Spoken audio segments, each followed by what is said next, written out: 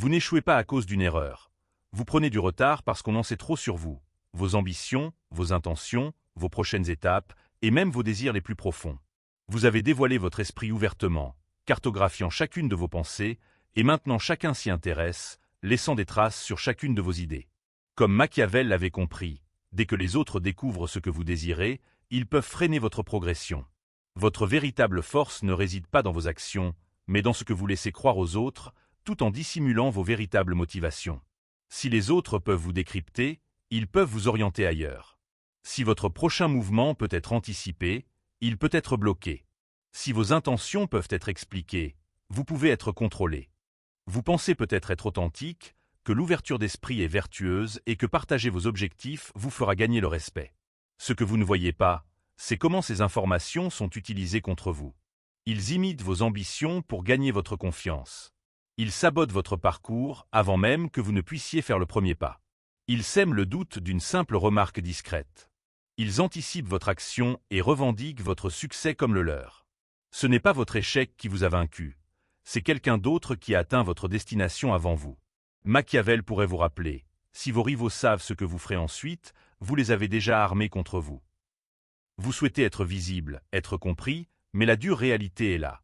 La visibilité engendre la vulnérabilité, et dans un environnement inapproprié, cette vulnérabilité peut vous mener à votre perte. Les visages les plus bienveillants cachent souvent la plus profonde malice, et plus vous êtes prévisible, plus il est facile d'orchestrer votre chute. Pensez aux dirigeants et stratèges les plus puissants du monde, ils n'ont jamais dévoilé toutes leurs intentions. Ils communiquaient par énigmes des demi-vérités, offrant suffisamment pour instaurer la confiance, mais jamais assez pour être arrêtés. Ils laissaient croire qu'ils les comprenaient, jusqu'au moment où ils agissaient de manière inattendue. Il y a une raison pour laquelle la personne la plus silencieuse dans la pièce attire le plus l'attention. Il y a une raison pour laquelle ceux qui parlent le moins sont écoutés avec plus d'attention.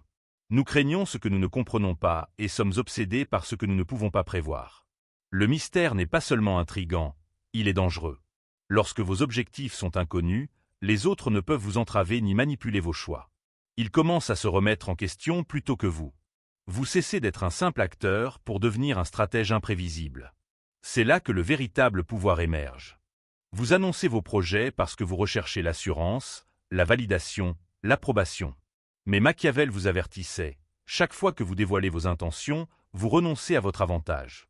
Et si la personne qui vous écoute n'est pas véritablement investie dans vos progrès, ce que vous considérez comme de l'honnêteté devient vite une arme contre vous. Elle sourira, hochera la tête, vous encouragera, puis sèmera le doute, provoquera des retards ou accomplira discrètement vos objectifs avant vous. Tout cela alors que vous pensiez qu'elle était une alliée, alors qu'elle se cachait dans votre angle mort.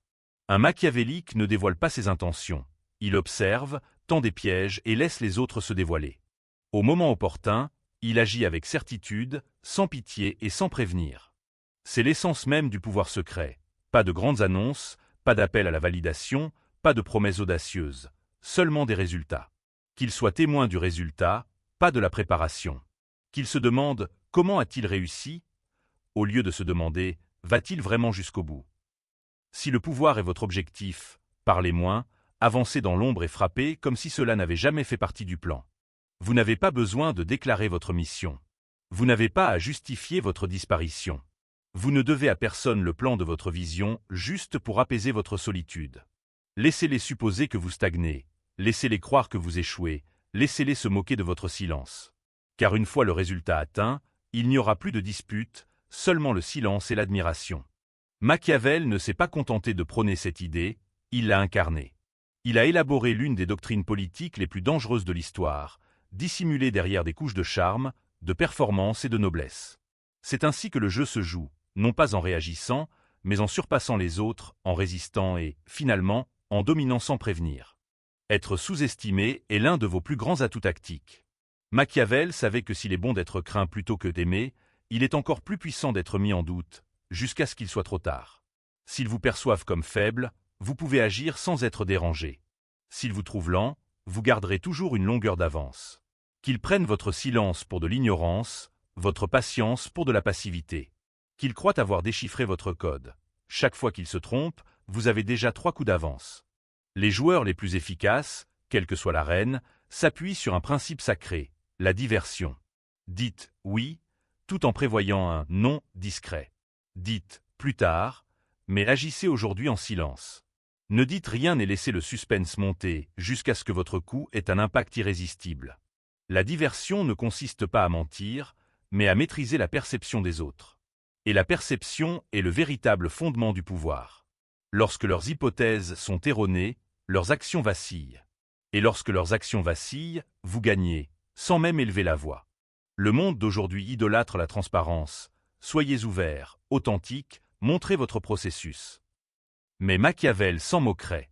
Plus on comprend votre processus, plus il devient facile de prévoir votre chemin, d'imiter votre vision ou de saboter discrètement votre ascension. La transparence a sa place, mais seulement lorsque vous avez déjà assuré votre position. En attendant, trop en révéler revient à armer vos rivaux. La véritable stratégie consiste à construire votre forteresse en silence. Et lorsque vous ouvrez enfin les portes, la forteresse est complète, avec des défenses que personne n'a vu se former.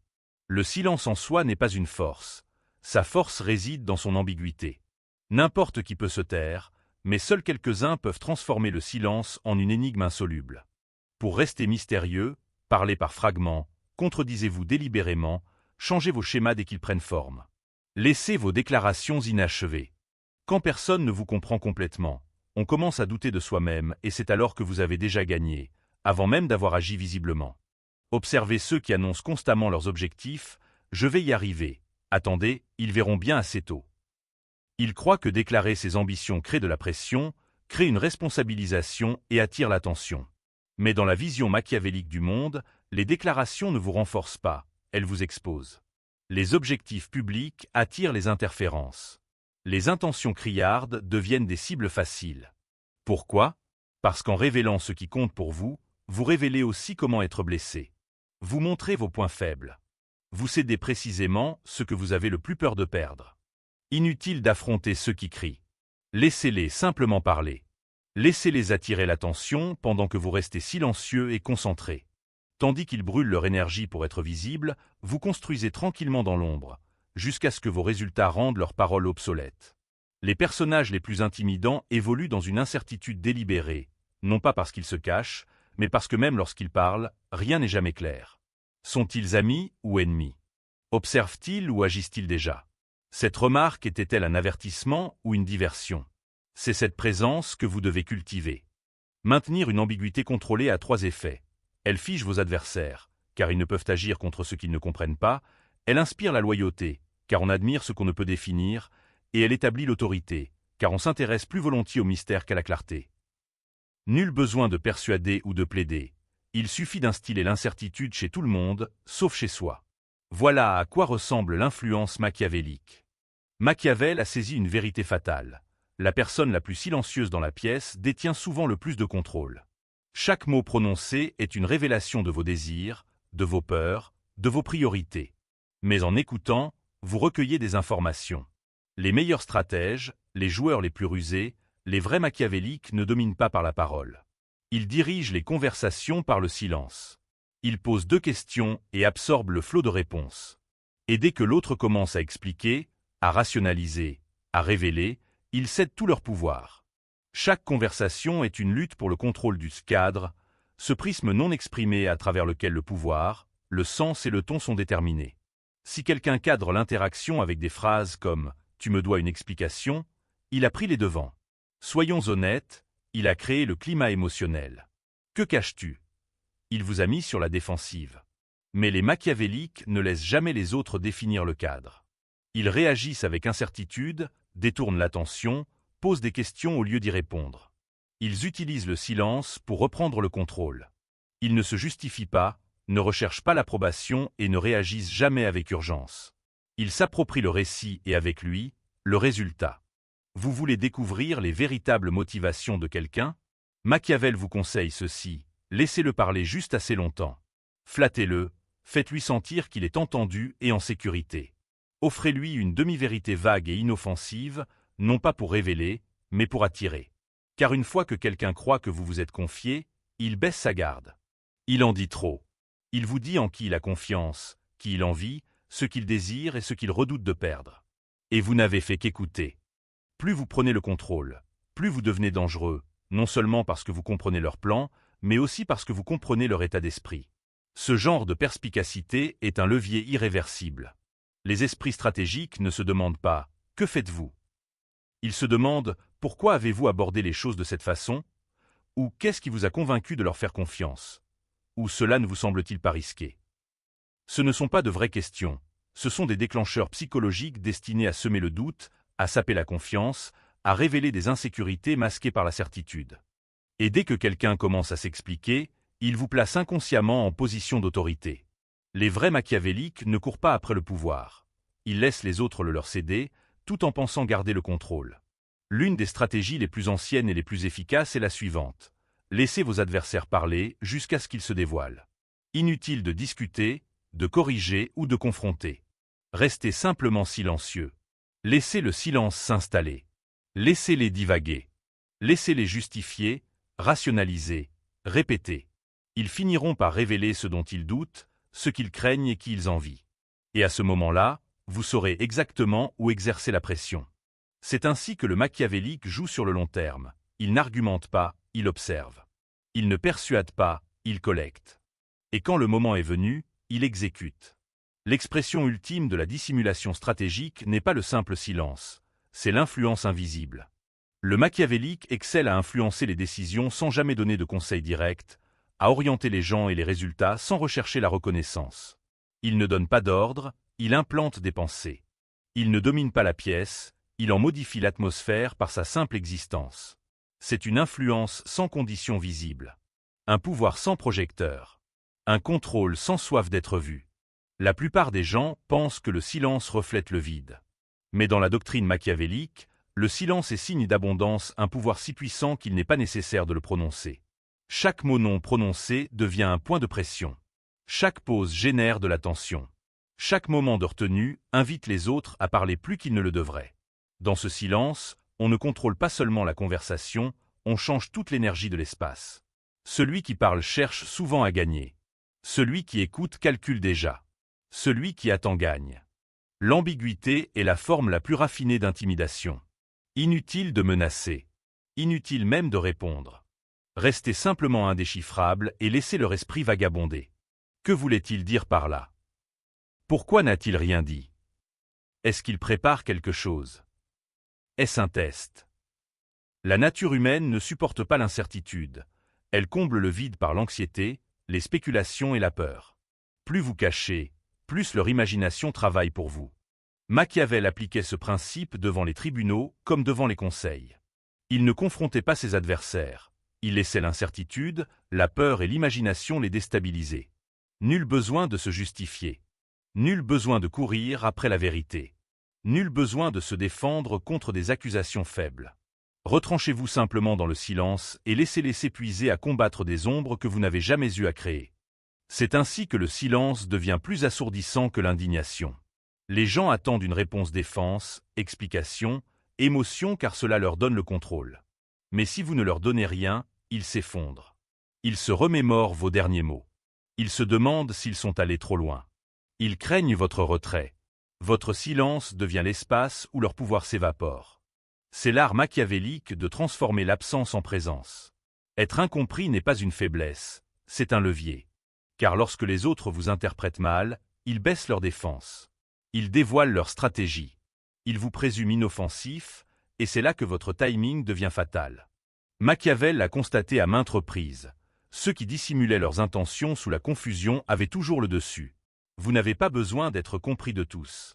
Laissez-les deviner. Laissez-les vous minimiser. Laissez-les vous ignorer, jusqu'à ce que vous deveniez indéniable.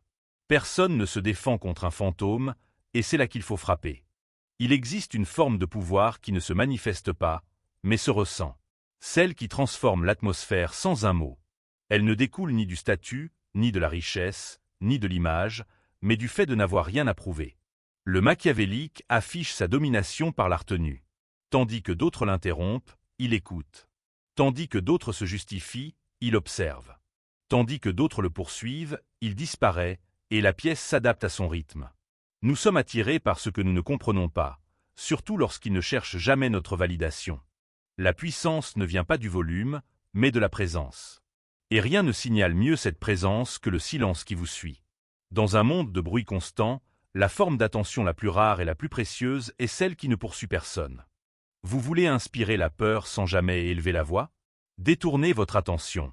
Ne dites rien. Ne donnez aucune explication. Disparaissez. Puis laissez-les s'installer dans le vide. Laissez-les sombrer dans le doute. Laissez-les rechercher la clarté que vous leur avez autrefois donnée trop librement. Car dès que votre présence devient facultative, ils réalisent à quel point ils sont remplaçables. La stratégie machiavélique n'est pas bruyante, elle est chirurgicale. Elle est émotionnellement distante et terriblement efficace. La société nous apprend à être aimable, expressif, magnétique, mais Machiavel savait que la menace la plus puissante, dans une pièce, est celle qui ne réagit pas. Tandis que la foule crie et se bouscule pour être vue, le machiavélique reste immobile. Il ne parle que pour changer de direction. Il reste silencieux pour garder le contrôle. Lorsqu'il parle enfin, c'est pour remodeler l'atmosphère. Ce genre d'influence ne vient pas du charisme, mais de la maîtrise de soi. Car lorsque vous refusez de réagir, vous obligez les autres à s'adapter à votre entourage. Ce n'est pas de la présence, c'est du pouvoir. Votre réputation ne se construit pas sur vos paroles, elle se forge sur ce que vous refusez d'expliquer. Celui qui ne clarifie jamais les rumeurs, ne justifie jamais ses opinions, devient un mythe. Et ce qui ne peut être clairement défini, ne peut être facilement écarté. Machiavel pensait que l'influence ne devait pas être maintenue par la défense, mais qu'elle devait être renforcée par la distance. Qu'il se demande, est-il contrarié ou simplement serein? M'a-t-il ignoré ou m'observe-t-il? Son silence était-il un signe d'acceptation ou un avertissement silencieux? Les réputations se forgent rarement par le bruit, elles se construisent par l'absence intentionnelle. La véritable peur ne naît pas toujours de la force brute.